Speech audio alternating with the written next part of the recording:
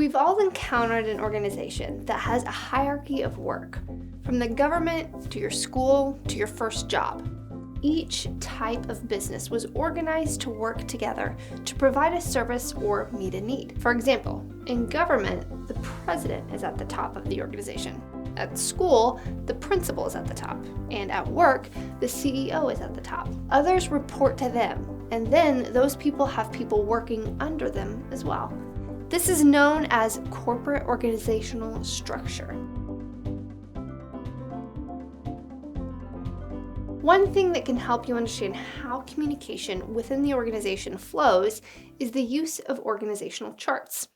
These charts define the roles of each section of the company and explain who should be taking care of what job. They are a great way to visualize reporting relationships and team roles in nonprofit organizations, schools, businesses, and government. There are 3 types of organizational charts. The type of organization chart you need will depend on the type of organization you have and what information you want to focus on conveying.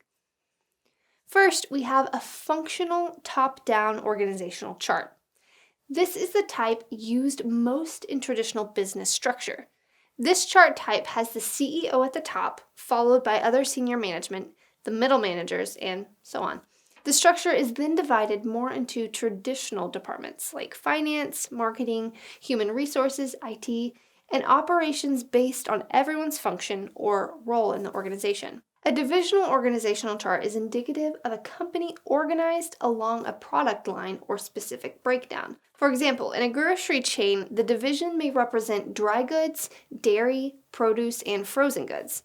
Each division then has its own functional structure, like sourcing and marketing. A company will use a divisional setup like this when one division is mostly independent from another. The third chart is a matrix organizational chart. This is used in a company where employees are divided into teams by projects, by a project manager, but the employees also report to a functional manager for day-to-day needs. The matrix organizational chart is used by a company that operates with interlocking groups instead of trickle-down supervision.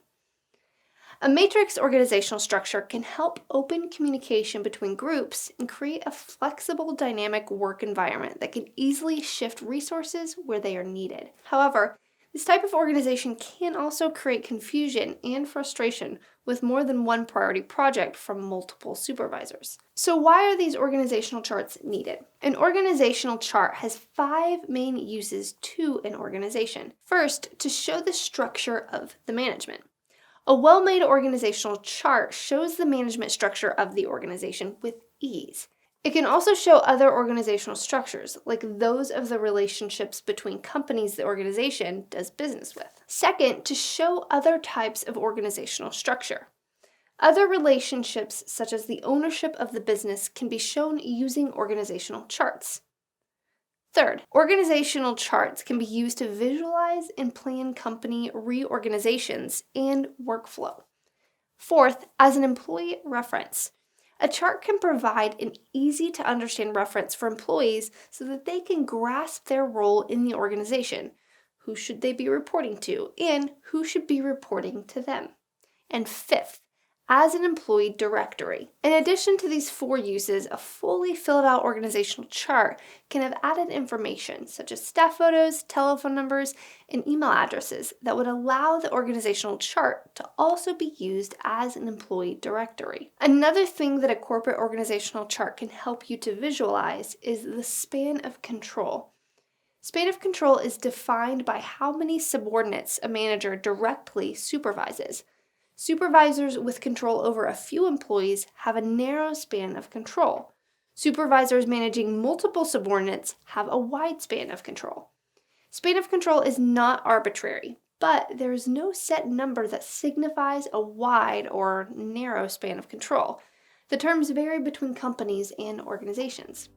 I hope that this video overview of corporate organizational structure was helpful. If you enjoyed it, then be sure to give us a big thumbs up and subscribe to our channel for future videos.